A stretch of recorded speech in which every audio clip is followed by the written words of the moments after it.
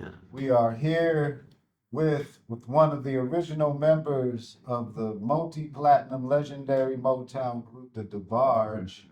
We have former ex-husband of Janet Jackson, which is a major claim in the streets. That's a big accomplishment, you know. Well, streets worldwide. Yeah. You're a legend for that. And you're a father. Yeah. You're a son. You're a brother. You're a friend, and you're a legend. Thank you. Thank you. Welcome to Wild Thank you. Moguls Perspective. Yes. James Debarge. Yes. Glad to be here, man. Glad to Thank be you, here. man. Glad to be seen. So I want to jump into a whole lot, but let's kind of start from the top. Where you originally from, and where did you grow up? Detroit, Michigan. Detroit. Detroit. Motown. Yes, sir. We raised in Detroit and Grand Rapids. My mom and dad got divorced. She moved with her brothers and sisters up in Grand Rapids, Michigan. But And we you are stayed with originally your from father, and you yeah. stayed with your father. In summers, I would go back. Yeah, my cousins and all that. We're originally from Detroit, Okay. but we came both. Now, we can finally ask, what are the Debarges? What's y'all, are y'all mixed race or y'all Yeah. Creole? Yeah, Creole, French and black, French and Okay. black, And so your mama is what? black, Cherokee, black, beautiful, Indian. And then your Yeah. daddy, My dad is French. he's French. That's where we get the last name Debarge. Debarge. Debarge. Okay. And he was like a French white guy? Yeah. Oh wow. Yeah. So how was that coming Straight. up? Like in the you come up from the 60s or Man, 70s? yeah, 60s. It 60s? was crazy because I don't know most light skinned people didn't know after rap getting bullied a lot and picked on in school because we were quite different than the norm in the projects. So growing up in the projects, we had of course fight a lot. Okay. So and then you said your parents divorced, so you did back and forth between Detroit and Grand Rapids. Yeah. When did that start? Yeah. I guess when I went to junior high school days to high school and every summer from there. But my dad stayed in Detroit, so I always have to go back there. And so I did some schooling in Detroit, Henry Ford High, and in Grand Rapids, Ottawa Hills High. So yeah. And so how was childhood growing up? How many brothers and Rough, sisters did you have? rough. It's 8 boys and 2 girls, 10 of us. My mom did. So yeah, Same mama, same daddy? yeah. So it's 10 of y'all? It's total? 10 in the house, all at the same time. All at the same Fighting time? over the last bowl of cereal, yeah. So Oatmeal, bread, toast, whatever. childhood was rough? Yeah. It was rough. It's rough being in coming from a big family, but necessary in the streets and because my brothers got me ready. I was ready for school. I got my butt whooped enough at home to where we wasn't going down the street. I wasn't having it. I took enough butt whoopings at the house. Huh. Yeah. How was your relationship with your father? Oh, it was here and there. I didn't get to see him much because he worked hard because he had 10 mouths to feed, so he was always away in truck driving, to make money to support 10 children. So I very seldom got a chance to see him, especially when my mom and him got divorced. So he became real absent. I didn't see him for a couple of years before I got to see him again after they initially got divorced. Yeah, they say I was his boy, but I don't know. It's kind of hard to see that from my point of view because he left when I was like 4, so I didn't have that many memories of him after that. Just only a few before that. Cause I got sick a lot when I was a kid. I was always in this stuff, burning myself or doing something crazy. Now, are you so who's the oldest and who's the youngest? Like, Okay. Can you break down? I'll all break it the down from the names? top. Bunny, my sister, Bunny Etterline, the bar. She's the oldest. And there's Bobby, who's a member of Switch, and Tommy, who's another member of Switch. And there's Randy, who's in the group with us. Marty, Al, then me, number 7, Then Chico, number 8. And the twins, Carol and Daryl, 9 and 10. Carol and Daryl. Yeah. Wow, I never seen them. Yeah. Yeah. And Daryl's, he calls himself Young Debarge. There's some, look on the internet, you find him under Young Debarge. He sings very, very well, writes as well. He's written a lot of stuff with us through the years. My baby bro. Now, Flakes. Where did the Debarge get y'all music? Where y'all get the music from? From my mom's side of the family, the Avenue, they're gospel singers, known in the Pentecostal uh, uh, religion. I guess they call it PAW. Yeah, and my Uncle Bill, my Uncle James, my uncles sing in the choirs in church. They kept us involved in church. We were in church most of the days of our childhood. I can remember going to church almost every day of the week. Being in church, there's always something going on in our church. This is sleep-ins and sleepovers, and there's always something going on, which is cool because we had a chance to be active in the church. A lot of people knew us as a church group, as a gospel group before we were, in Motown. So Sing y'all gospel. learned all the instruments and all of that from church too? Yeah. Who was the first to start doing music in the family? The first one was Bobby and Tommy with the group Switch. Yeah. And they were the first ones that sprung out. We were with Barry White first, and then Jermaine Jackson discovered Switch. And then So Bobby Switch- brought us in. So Switch was the first first group that was before Debarge. Right. Because my two oldest brothers, Bobby and Tommy, were in the group Switch. And I'll call your name, they'll never be, all those hits. I'll call your name. Yeah. Those Zonies. Isn't L that song too? No, that's my oldest brother, Bobby. That's Bobby the whole time? Yeah. It's Bobby. Oh wow. We get a lot of credit for stuff with Bobby. Yeah, he was the genius of the family. He was, man. He's a man. His voice, man. He's got a high range. Me and Al learned most of our stuff from Bobby. He kept us on his wings. We always studies of him and everything he studied, we studied. He kept us fed, with good music around the house all the time. He'd punch a hole in our wall of our room, put a speaker in, he would all day long be playing jazz music and Earth, Wind, Fire. Everything he wanted, and he loved, played for us. So we were brought up on the same stuff. So I guess whatever was in him was put in us as well as gospel music, Andre Crouch, and stuff like that in church. And you said how did Bobby and Tommy get discovered by Jermaine Jackson? Well, the story I've heard, because I was quite young at the time, was Jermaine, Greg Williams of the group had a tape, and Jermaine was in the elevator, and Motown, and he got the tape from him. One of the members of Switch, Greg Williams, Bobby's friend, and Jermaine had heard it, and he showcased for Barry Gordy, which is the same thing we had ended up having to do as well. And Barry Gordy heard it, fell in love with it.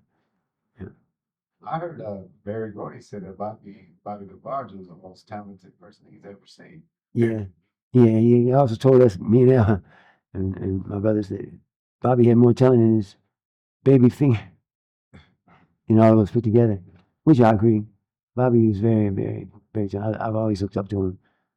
He's a good big brother as well. Did Bobby write any of the Debarge hits?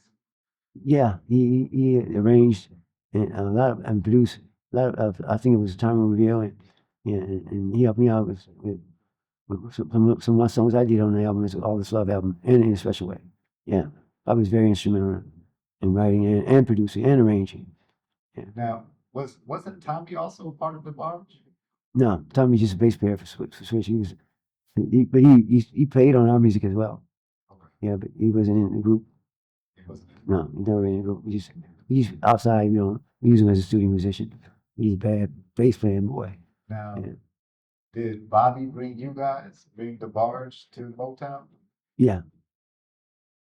Well, he didn't actually bring us, and we were out here, so we played on the fact of that being our brother, and he would help us, and he did.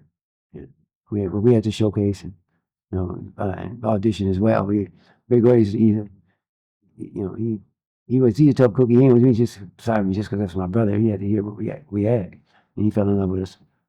And we rehearsed at his house every morning, like 6:30 in the morning. We had to be there rehearsing every day. Mr. Gordy made sure we were tight, we were groomed and ready. We were representing him. We weren't signing to Motown. We were signing to Gordy, which was his label. Wow. So so how did it feel when you first met Mr. Gordy? Was he cool? Oh man, he is such a cool dude, man. Cool gangster dude. Man. He so cool, man. He would take us in private conference rooms and stuff and tell us little stuff about people, for bunnies and stuff he'd been with. Man, he's real cool. Pops is cool, man. He always kept us under his wing, so we felt like a father figure as well. So, So it's great. when y'all came to Motown, who else was on there? The label? Yeah. Oh man, everybody was on Motown at that time. They had Rick James and Commodores and Marvin. I mean, no, Marvin wasn't there. Marvin was there. Marvin's the only one who wasn't there during the time. But Stevie and man, Were they Motown was yeah, everybody was cool. We had Stevie play on our album. He played a special way tune. Yeah, man, everyone was cool. Motown accepted us with open arms. With open arms. Now, was I Like It on the first album? Yeah. Not the first album, but the first album they hit, yeah. Is that the same one with Rhythm of the Night? No, that's on Special Way. Rhythm of the Night was Special Way album.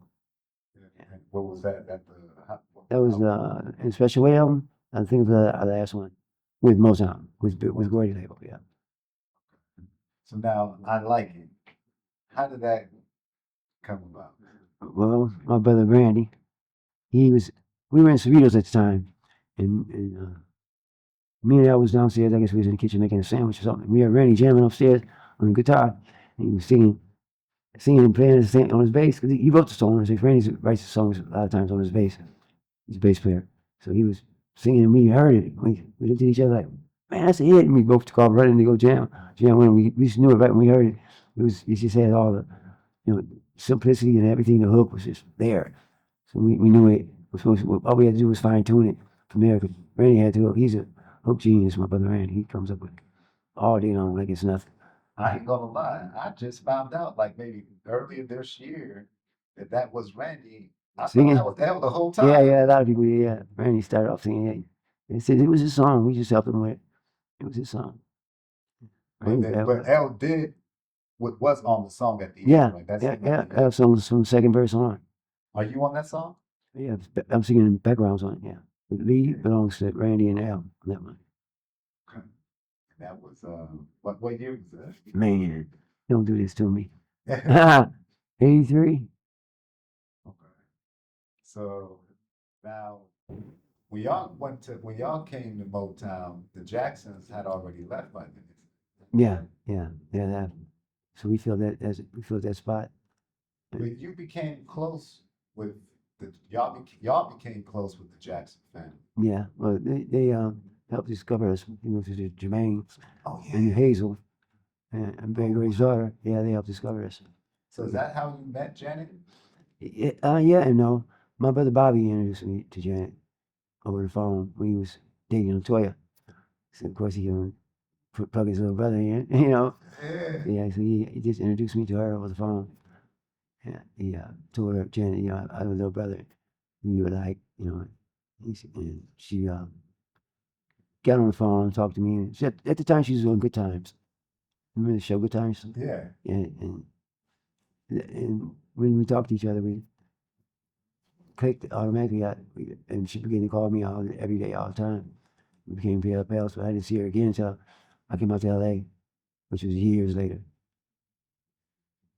Wow. At Don Cornelius Soul Train. Yeah.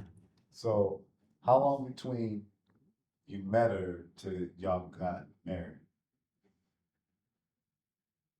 I met her when I was a child, so I was like 13, 14 when I met her over the phone. Okay.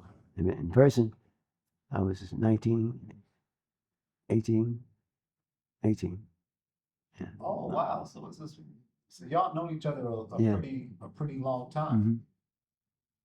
We're phone pals, but Okay. How much older is Bobby from you? Good question. About 10 years. 10 years. Yeah. So, so 12 years. so basically you meet her on the phone 13, 14. Mm-hmm. You don't physically meet her for the first time until you're 19 years old? 18, yeah, 18. 5 years later, yeah. 5 years later. Mm-hmm. At Soul Now, did you Train, continuously talk on the phone? yeah, yeah, all the time, all the time, morning to the next day. I had the phone on lock. And then how old was she? Y'all was Jen's saying- 2 years younger than me. Okay. Yeah, she's 2 years. So I got you her by was 2. 13 and she was 11 and you Yeah. was like 13. Mm-hmm. Okay. So now when you 19, what's going on? It's Debarge. Yeah, that's when we came out with our debut on Soul Train. We came out with our first album, and I like it. And we blew up, man. It was overnight success. Didn't take no time. All right. And then y'all get together. How long were y'all married for? A year. Here? Yeah, a year. Mhm. Okay, let me get back on. So you meet her for the first time at 19. Right. What happened? Well, we fell in love, and we got married. Fell in love and got married. Literally. Literally. Yeah. Snuck off and got married. Snuck off to Grand Rapids and got married. Y'all snuck off 2 Grand Rapids? Yeah. That's where we got married at my uncle's church. You know, I couldn't think of a better place, but the church I was raised in. Yeah. Y'all got married at Bethel? Yes, sir. Right there in my uncle's office. Yeah. That's big. Yeah. And then how long did that last again? A year. A year. Mhm. So now, how did y'all break up? Put it like this: it was just the right love at the wrong time. I was young, she was young, and a lot of things. She'd be on the road, he'd be on the road. We didn't have enough time to be together to work things out, and there being, you know, a lot of interferences from the company she was with, and and and, and her father not agreeing with it. It was a lot of people didn't agree with us being together, so we had a struggle even being together as much as we wanted to. We couldn't be together enough and have a career at the same time, so it interfered with us, with our relationship. Now, how was Joe? Was Joe cool or? He's yeah, no, distant, I distant. mean, he didn't like y'all. No, he didn't like it. No, Not at all. no. He didn't like me or the relationship. Most daddies don't don't like their daughters. I know I wouldn't like my daughter's boyfriend. At Did he first. ever physically threaten you? No. But he didn't like you. No, he made that clear the way, he talked to me. So I stayed out his way, he stayed out my way. Stayed out each other's way. Okay. Now, were you did you have any substance abuse by that time? No, I was just getting with substance, getting introduced to addiction at the time with pills. I was taking painkillers. Yeah. Did you have real pain?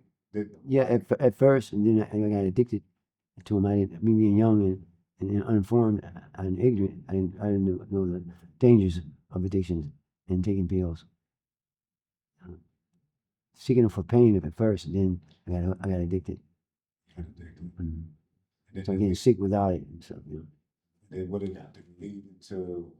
it lead into other drugs, or you just continuously? No, that time, no. That time I was just pills, and I eventually got a hold on that through rehab and the loss I am. Yeah, I forgot to ask, man. This is the biggest question, man. The controversy, man. Rumor. You know what I'm about to ask. Yeah. Man. Everybody know, man. Now, what's the truth about you and Janet Jackson's supposed secret daughter? Is there any truth to this rumor? Well, Brooks, I'm gonna put it to you like this. Since you're my boy, right? I'm gonna put it to you like this. Since you like family to me, right? It was I'm doing a movie right now, right? You know that, of course, 'cause you're gonna be helping. You're gonna be in on it, and I'm going to disclose a lot of things so that I can end it all once and for all. So I don't want to let the cat out the bag too early about because I got my movie thing documentary going on. So I want to, it's disclosed to be disclosed later. All right, you know what I'm saying? There it is. There it is. That's all I need to hear. Yes, sir. So, how many albums did you guys, Debarge, actually have together? Oh man, six. Six. Okay. And how many did you guys do with Motown? 4. And then the next two, what did y'all go to? Striped Horse. Huh? Striped Horse. Striped Horse, a European label out of London. Striped Horse records, yeah. It's a group called Striped Horse. Yeah. And what Hiatus. what records came out of that? It was a Debarge, but it didn't hit. It was just, it didn't do good. You know? And then you good? It did all right. It didn't do expected like the other ones. So, and then did you ever do a solo album? No, no. I've done solo projects, but not any albums. No. I've yet to do that. Huh? I have yet to do that. Okay. And then Bobby and Chico, didn't they go to jail Yeah, together or something yeah, back in the 80s? yeah. Back in the late 80s. Yeah, And how long did they go to? for 6 years. 6 years. 6 years. And Chico came out slamming with no guarantees. With me and L on it. Now, Yeah, that okay. was the way when Chico got out. Yeah, How yeah. how did Proud y'all of feel him. about like I'm that? very that proud generation? of him because he came with it. Came with it. You know, it's just not, and sometimes we have problems in life. It's how you just it's how we come up. It's how you come out of it. It's not Yeah. it's how you come out of it. He came out of it came out real good, strong. He came with it. I'm Now, very proud of Chico. and then Bobby came out, and then Bobby just died out of nowhere. How did he die? He died of AIDS. He died of AIDS. Yeah, How did he he contract? contracted from some strippers. Strippers they had threw a party. To my knowledge, there was some strippers that did threw a party before he went in, and he contracted it from one of the girls Oh, wow. at the party. Yeah, yeah. From my understanding, Wow. And what year did he die? Around 99, 98, 89. 98. And was he the first of the siblings? Yeah. to pass? The first one to pass. Yeah. And then Chico gets out, and like you said, he had a big slam. Now, Can we take a break from it? Yeah. Use the bathroom. now your family endured emotional, physical abuse. How did that shape your worldview and your resilience? Wow. You really did your homework, huh? You know what to ask, huh? Wow, man. Well, being that a lot of these things I didn't find out till later in my life. I thought it was a normal life that everyone lived. I thought everyone went through these type of things, and it was normal. I thought so. I wasn't quite aware that people had different child lives, and when I did, it was kind of it was already adult. I was already an adult then, and the damage has been done.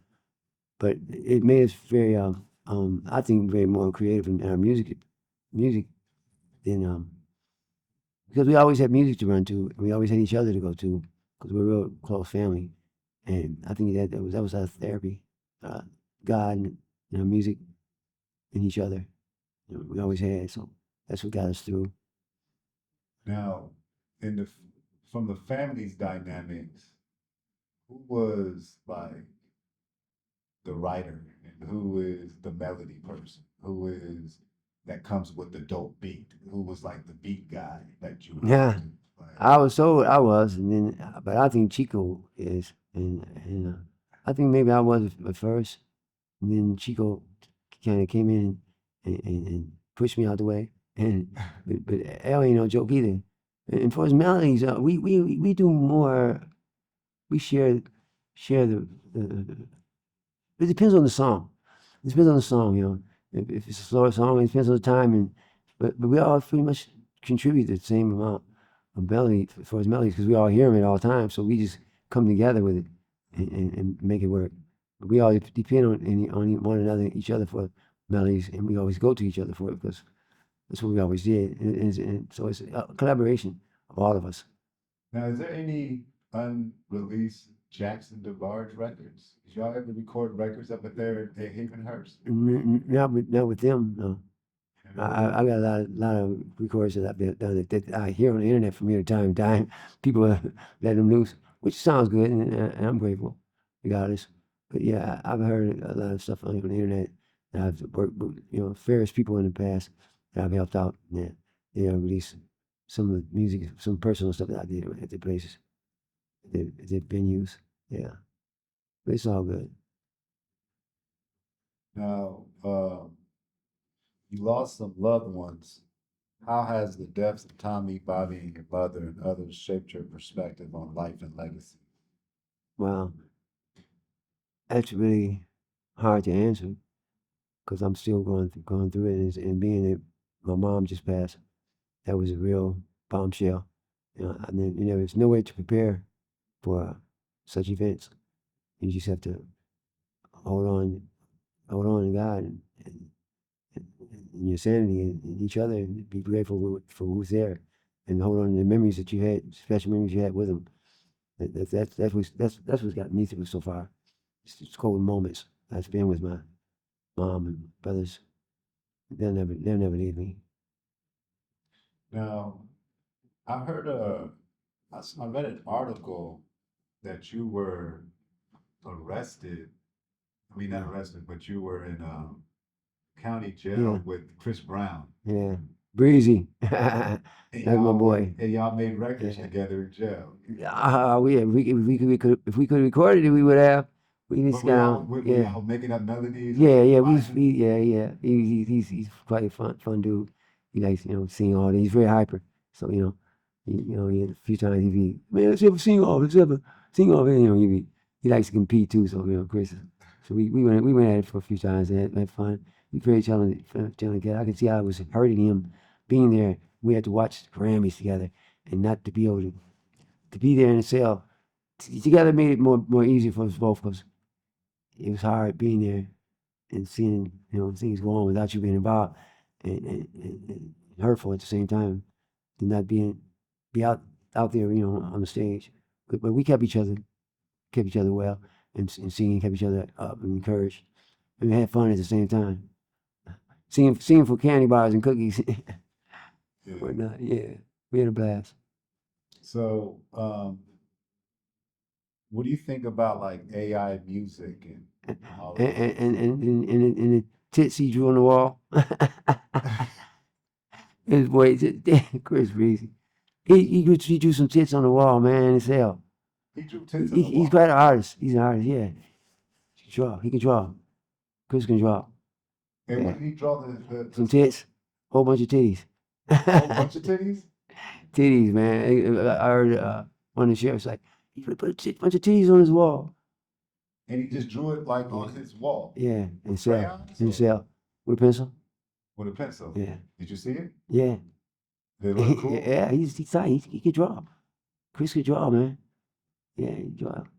There's a whole lot of titties going on in cell over. Was there anything like what else did you see? Did you see Chris fight there? Huh? Did you see Chris Brown fight? No, man. They keep us separate. Huh? They keep us separate. They keep the celebrity separate. We're in a whole separate dorm. Oh wow. Yeah. Now what does a celebrity dorm look like?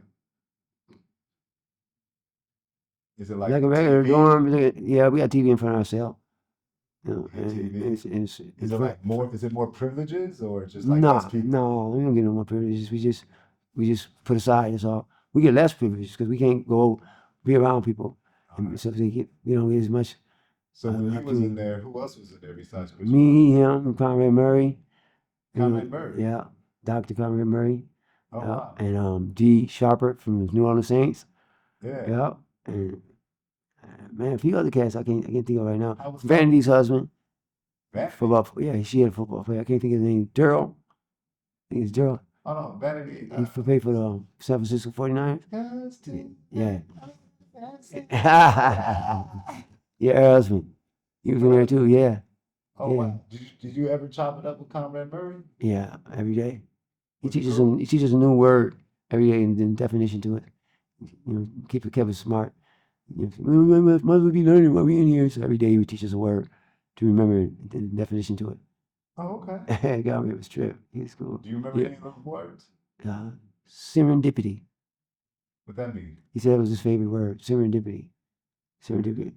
What do you say, man? He said, like it's like a good feeling, a moment of sereneness when you let's say if you're at the opera and it's that serene feeling you get from hearing opera music. Yeah, so it's a feeling of sereneness. Sereneness. You know what I mean? Yeah. Serendipity. And then perspicacity. Shit like that. I can go all day. He taught us so many words. He's very intelligent. He'd be a good teacher. Good teacher. So now, recently you mentioned Michael saving you when you were going through a dark phase.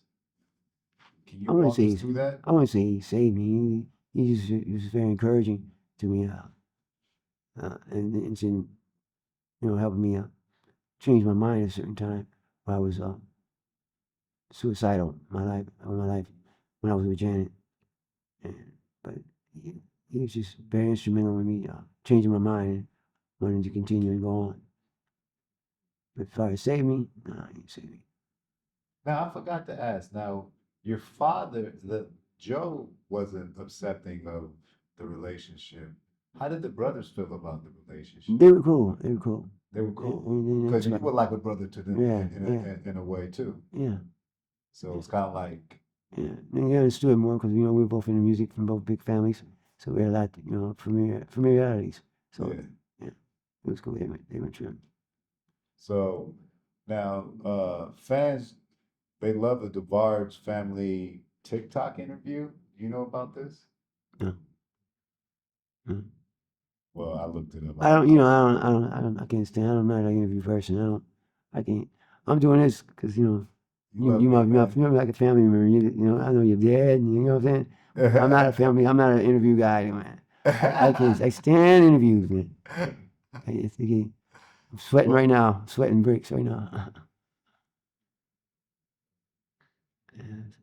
What all this love, what inspired the emotional depth behind your contributions to the group's iconic track? One more time. All this love, the genesis. What inspired the emotional depth behind your contributions to the group's iconic Because it was family, and the things we went through all the time from childhood to adulthood in the music business and outside music business. The struggles represents, to me, all the love that we have for the world and for each other, and the world has for us as well. Because we still have fans that still love us, and fans love you. Wouldn't be for our fans, man. I don't know where we would be. Do you still write and record music? And what important messages do you want to share musically today? Yes, I still write and record all the time. Me and DJ Quick. Matter of fact, when I leave here, me and Quick about to go, do something right now. And Corrupt and Daz and my boys, and my family as well. Yeah. And as for what was the second half of the question you asked me? And Is I still record? and what important messages do you want to share musically today? Okay. To be genuine. To be genuine. Don't be be authentic. Don't try to sound like no one else or be nobody else. Be yourself, and you'll be all right. And don't give up. Don't ever give up, no matter what. Don't ever give up. It's not what we're here for. We're not here to give up. As long as you're here, we got to strive as hard as we can. Live next to your dream. Sleep next to your dream. Stay next to your dream. Now, you kind of answered it, but what advice would you offer to younger artists, especially those from difficult backgrounds trying to find their voice? Oh man. Again, stay next to your dream. Don't give up, no matter what. Work hard, and love what you do. Love what if you don't love what you do, then find something else. Do something else that you love to do. Because if you don't love to do it, you're not going to have that passion. You're not going to have that drive behind it. It's going to be a big waste of time. It's going to be a big waste of time. But if you love what you're doing and you're doing what you love, then it makes life, all the way worthwhile living. Everything else is just a waste of time. You find your niche. Find out where you're good at and where you're good at, what you're good at and where you're good at, and stay right there. And you'll be all right. And now, your brother L, he after decades of not having a record or putting out an album, he put out an album and got Grammy nominated. Yeah, our music. They say it's timeless. So, and L's always doing something. If it's not with Quick, it's with Quincy or it's with someone. So it's not like we ever went away, because we're always working with, collaborating with someone at all times. So that's what makes it fun. We're open to work with people. We love working with people. We don't just stay to ourselves. Somebody come in, hey man, I'm there. I just love what I do that much, and I love people that much. So so I enjoy even new projects with people I've never heard of. But it doesn't matter if this is what I love. Music is what I love. It's what I do. So that's what keeps, I think, us alive. It keeps us alive. Being able to still people have drawn interest and people still love us. They still want to do projects with us. Now, is Debarge or anything ever going to do a reunion album or like We're working on it. Tour? Yeah, we're working on it. We're working on it now. Me and Al's trying to set it up now, right now. And we're working on it in the near future. Yeah. We're in the studio now, writing some stuff. Me and Al, yes. All right, man. Is there anything else you want to say to the people? Oh, that I'm in love with everyone that's in love with our music and kept it alive this far and sampled it. Man, thank you. Thank you for keeping us in your heart. As Randy would say, my love is in your heart for us. Thank you. Thank you, man.